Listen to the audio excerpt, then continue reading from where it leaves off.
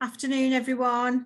I am just going to give it a few seconds while the number of participants ticks up and make sure that everybody has got connection and can hear the webinar this afternoon.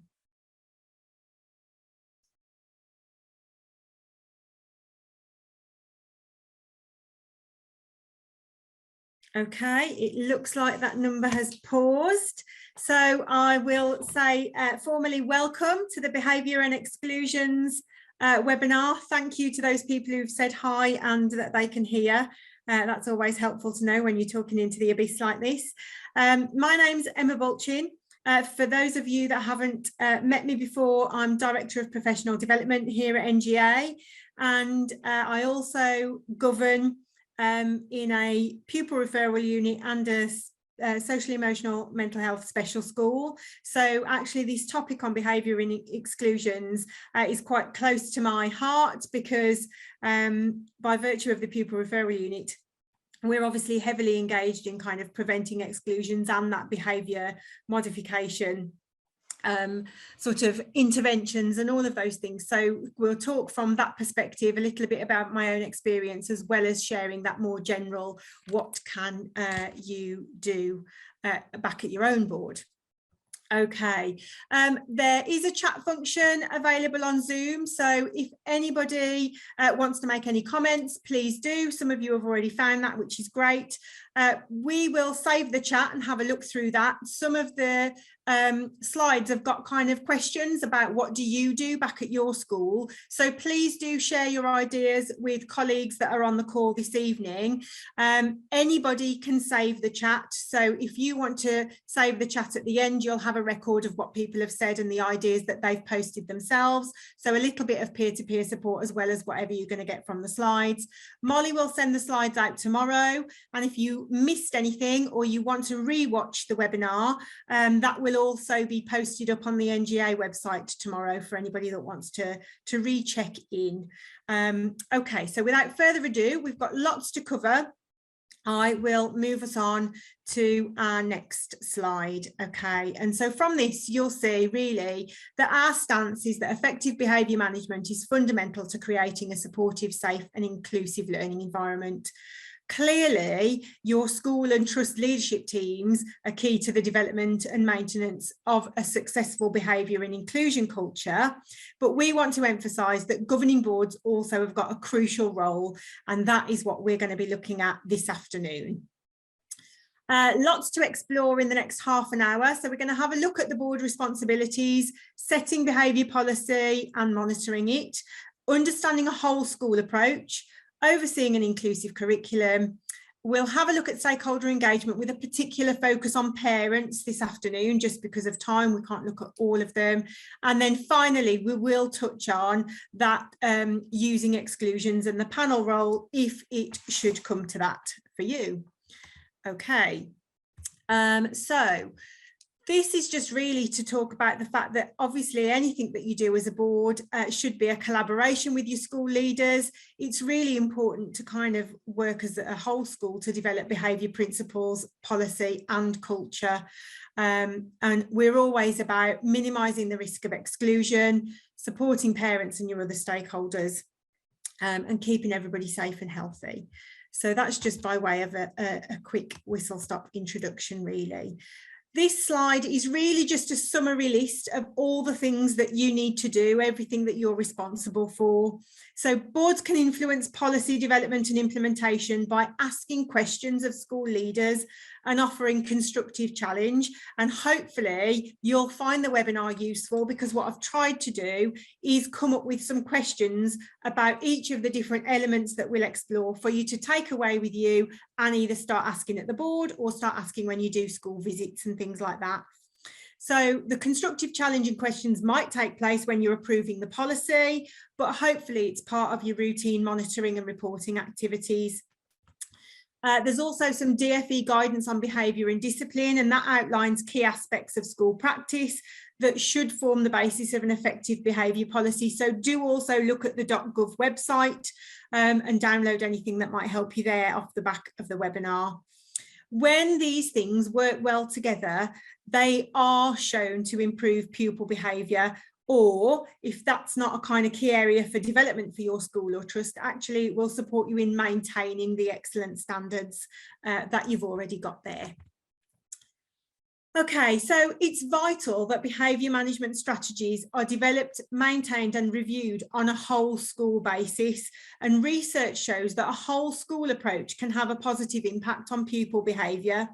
So this and the next slide outline what I see are the common sort of 10 elements that are referenced, and it kind of encompasses what is meant by that whole school approach.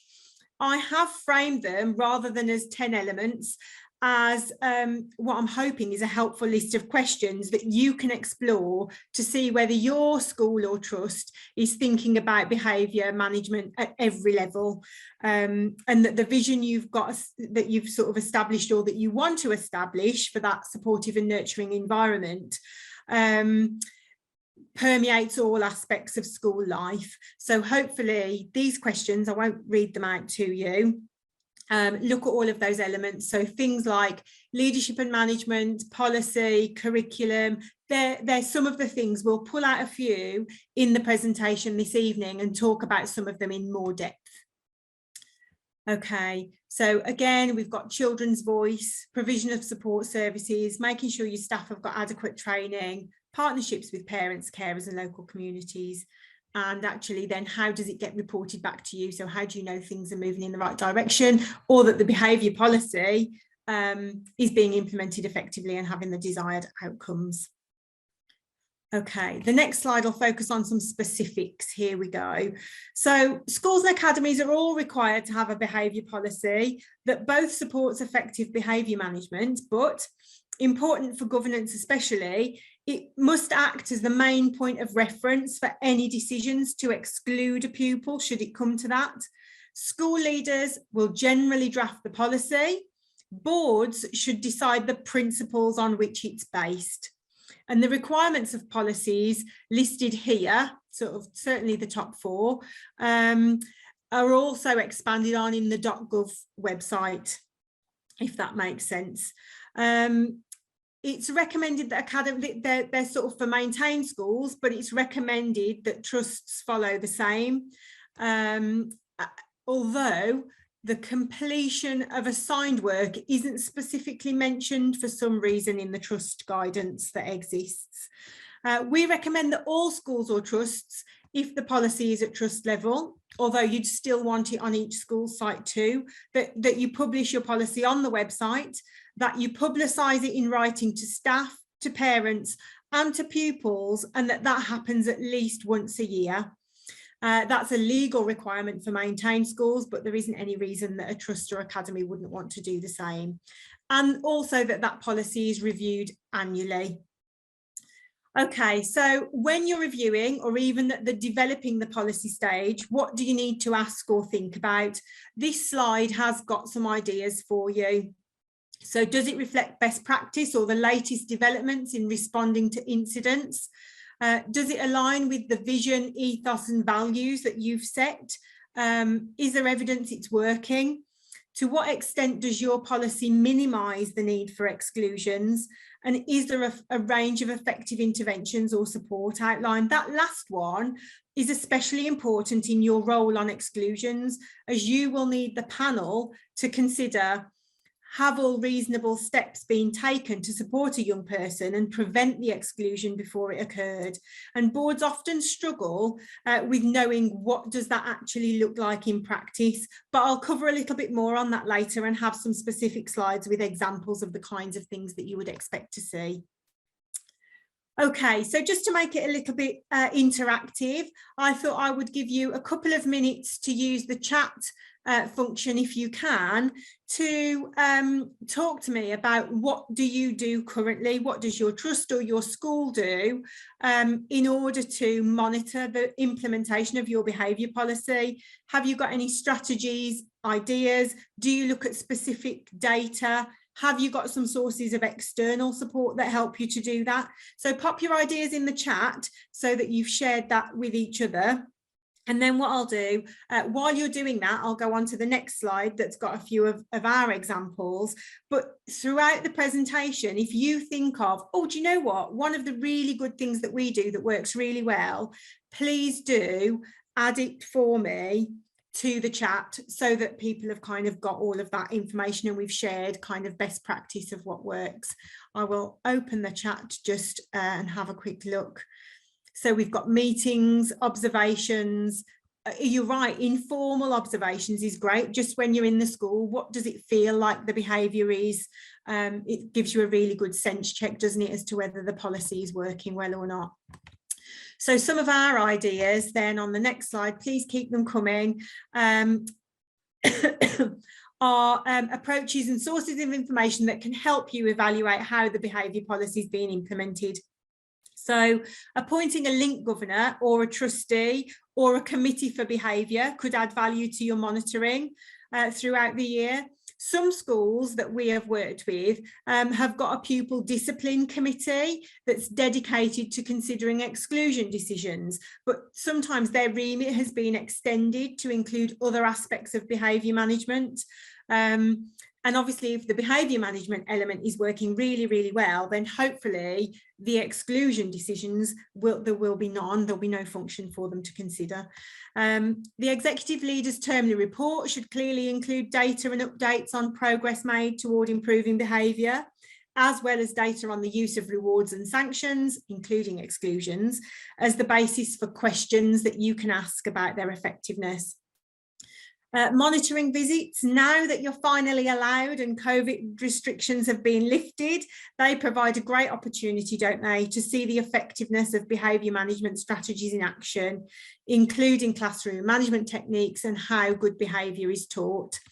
Okay, I have got Molly who is supporting with me this evening with the webinar, and I'm going to ask Molly if you would to launch a poll. So have you been back in school since the restrictions have been lifted to undertake a monitoring visit? Doesn't need to be about behaviour or exclusions, but I was just keen to see, we've got sort of 150 or so of you on tonight. How many of you have actually had the chance to get back into school to do something other than meet with other governors? Okay, thanks, Molly. I can't vote as a panelist, but I have been into school actually, although it wasn't around behaviour and exclusions, it was about recruitment. Great. Okay, brilliant. That's really good to see. So nearly 3/4 of you have been into school. And for those of you that haven't, perhaps behaviour or something similar might be your specialty, and you'll be able to do it after this, armed with all of these questions. Okay, great.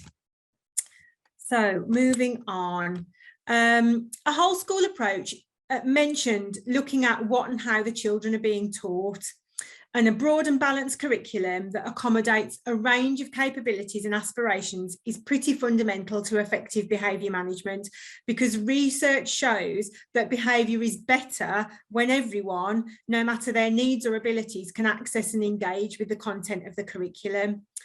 Poor behaviour escalates where pupils are struggling or they're disengaged with whatever they're being taught. Equal emphasis should be placed on technical and creative subjects with the potential to challenge and engage pupils who might otherwise become disaffected. Okay, so those are some questions there for you. This next slide just has a little look at some statistics. I've popped these throughout really because I think that it's really important to note. They're taken in the vast majority of cases from the Timpson review, which although was in 2019, because of COVID and kind of all of those things, actually this is still the most relevant data. And actually there's a sense out there that exclusions were rising pre the pandemic, and certainly since the pandemic that hasn't, I suppose behavioural issues haven't decreased. If anything, they've increased and become more challenging for schools. So as well as ensuring the curriculum is inclusive, I just wanted to say ensuring diversity in school leadership. It can also support inclusion by creating role models for groups of children, such as those presented in this slide and in the Timpson Review, who are significantly overrepresented in exclusion statistics. In fact, 11% of permanent exclusions were of pupils who had all three of these characteristics, and obviously they don't make up 11% of the overall school population. Okay, again, another statistic to share with you here is really that 83% of parents whose children have been excluded from school felt that the school didn't work with their child to explore alternatives to exclusion. And the whole school approach highlights how much engaging with stakeholders from within a school community, such as parents, is an essential feature of effective behaviour management. Placing parents and carers at the centre of decision-making and discussions about their child's behaviour management helps develop effective strategies that will minimise the risk of exclusion. Ongoing support and guidance for families can help to avoid a culture of blame and encourage them to reinforce the correct standards of behaviour.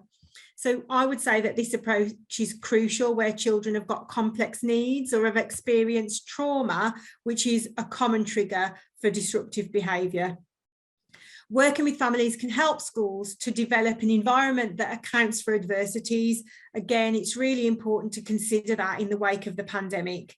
Where there are concerns about the behaviour of children in need or those with a child protection plan, allocated social workers should also be part of that stakeholder engagement and be consulted at the earliest opportunity, so that school staff should involve them in working with the family to minimise the risk of exclusion. So if that's not, please ask that, although the next slide has got some questions to help you here with that too.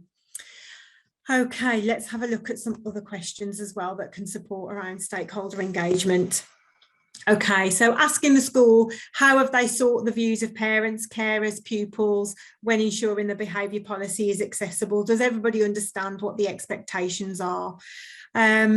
What questions do we ask parents with a view to forming targeted and solution-based approaches about a particular individual, for instance? Have we got a family engagement officer or similar post if it's required? And where do teachers speak directly to parents? Or actually, is it senior leaders that do that? Okay. Another slide here with some kind of statistics, although this one is from the all-party parliamentary group on knife crime, but found that too many children are being socially excluded and marked as failures with tragic consequences. Excuse me. If permanent exclusion is for persistent disruptive behaviour, head teachers have got to be able to show that they've provided support for the child or young person and have taken into consideration any additional needs that they might have. The outcomes for excluded children are often really poor, and they've got significantly lower rates often of good passes in English and maths at GCSE level for those children who've received multiple fixed term exclusions too. The available evidence also suggests excluded children have got worse life trajectories in the long term. So the data is clear that certain groups of children who may already be facing significant challenges in their lives outside of school are the most likely to be excluded, both for a fixed period and permanently. And that's true not just for those groups on the slide, but for boys, for children with special educational needs or disabilities, those who've been supported by social care or come from disadvantaged backgrounds, and also children from certain ethnic groups. Exclusion, both fixed and permanent, is a necessary measure in certain circumstances to keep pupils and others safe.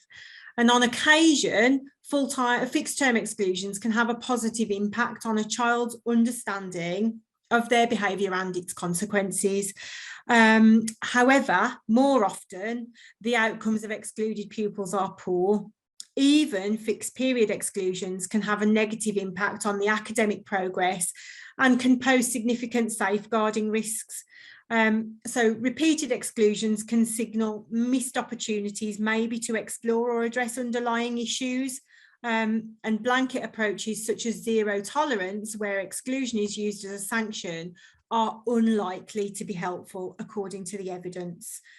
Okay, so the next slide again goes on to have a little look at some questions that hopefully will help you around kind of exclusions. In NGA's consultation on exclusions, one of the most significant aspects for board to also explore, in addition to what's on this slide, is regarding clear expectations on managed moves. So I don't know whether boards get data on managed moves or pupil transition. Some schools need to adopt a more robust and transparent process, and we would really like boards to more closely monitor that. So ask for that information about pupils moving from one school to the next to guard against improper use. Remember, always ask, is this in the best interests of this young person? And in this instance, it's for the head to consider what's best for the school overall. So it's the one occasion really where you're in it for the individual, if that makes sense. Is this the best outcome? Are we doing the best we can by this young person as an individual? Okay, so before a permanent exclusion is considered, the head or principal has got a duty to provide a range of support. We've said this before, and this should be outlined in the behaviour policy. And I think I mentioned before, governors and trustees I'm working with are always asking me for examples of the kinds of things they should expect to have happened prior to an exclusion taking place. How will they know if the school has done the right thing? So it could include such things as, on the slide, early help assessments to identify unmet needs in a holistic way with parental involvement. These types of assessments might pick up unidentified special educational needs and/or identify mental health or family issues and help identify the kinds of support that are available outside of what your policy allows. You should expect to see the involvement of external support specialists like educational psychologists, behaviour support specialists or education welfare officers. Ask if internal staff have accessed specific CPD to upskill them to better meet the needs of children with behaviour support needs, or if you've got particular members of staff who would benefit from that. Are choices and consequences used effectively? Has counselling or mentoring support been offered or used? There's a few more examples on the following slide. It's not an exhaustive list. It's not a kind of your policy must say this, but these are the kinds of things that you'd expect detailed alongside other approaches, and it should be signed off by you as a board. So if you don't feel that there's enough in there, or it isn't diverse enough to meet the ranges of needs that might present, ask for it to be added to. If you're really unsure, you could get an expert view if you need one, or if you don't have somebody who's got a particular interest or expertise skill set on your board. You'll need to ensure the policy is monitored, as we said before, to ensure it's being implemented effectively, so that if you do get to an exclusion panel, you'll be really confident all of the support that could have been undertaken actually has been. And I think that that makes what could potentially be a really difficult situation as easy as it possibly can be. Okay, so this is really our last slide proper before I give you some further resources and point you in the direction of what next after this really quick whistle stop tour. So if you do find yourself attending an exclusion panel because a permanent exclusion has happened, governors, at least 3, must meet within 15 days of the exclusion happening, even if a parent or carer doesn't want their child reinstated. So you still need to meet to review whether the head teacher's decision to take this serious and last step resort was justified. So consider the evidence provided, were those things listed in the behaviour policy, or that if they're not listed in the behaviour policy should have been, were they done? You can then, as a group of 3, either uphold the exclusion, or you can direct the reinstatement of the pupil, and you can do that with immediate effect or work out a specific date. I suppose the other thing that you need to think about is you've got a duty to advise the parent of their right to appeal.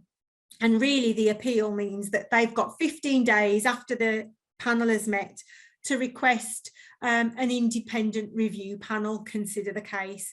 That was extended to 25 days rather than 15 due to COVID, but that has been phased out. So it is back to the 15 days.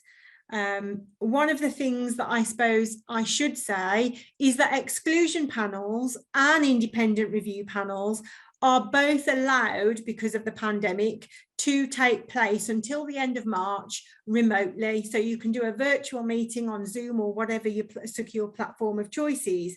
However, there is a consultation imminently taking place, which actually is to see whether that can be a permanent arrangement beyond the end of this March. If you have got kind of comments that you would want included in that consultation about that, please do get in touch with Sam Tranter at nga.org.uk, sam.tranter, because he's the person who's kind of responding to that consultation. And he would really love to have more views and kind of all of those things, so that he can make sure that he's representing the governance and trustee population out there at large. Okay, so without further ado, there are just a few minutes to go. If you've got questions, if something hasn't been answered, if you pop it in the chat again, hopefully we will get the chance to sort of come back to you on an individual basis if we can. But certainly now's the time perhaps to save the chat so that you've got the ideas that you've shared. Molly will certainly save it for us as well, so that we can add to our resources. But we wanted to point out some of the information that we've got available to you. So our Knowledge Centre has got new behaviour and exclusions guidance in there. We've also got training on exclusions panels. We've got a bite-sized, 2 bite-sized modules actually. One is kind of about minimising exclusions, and the other one about if you find yourself with a panel to contend with on our e-learning platform. Don't forget the .gov website for the detailed behaviour policy stuff from DFE. And then you've hopefully, when the slides come out, got these to refer back to as well. Okay, so I make it 2 minutes to go, and hopefully I haven't kind of gabbled too much and have given you some helpful information to take away, and some good questions. Thank you so much for joining me this evening. We will stay on until it gets to 5 o'clock so that you've got a chance to save the chat, but otherwise, good night and thanks for joining me.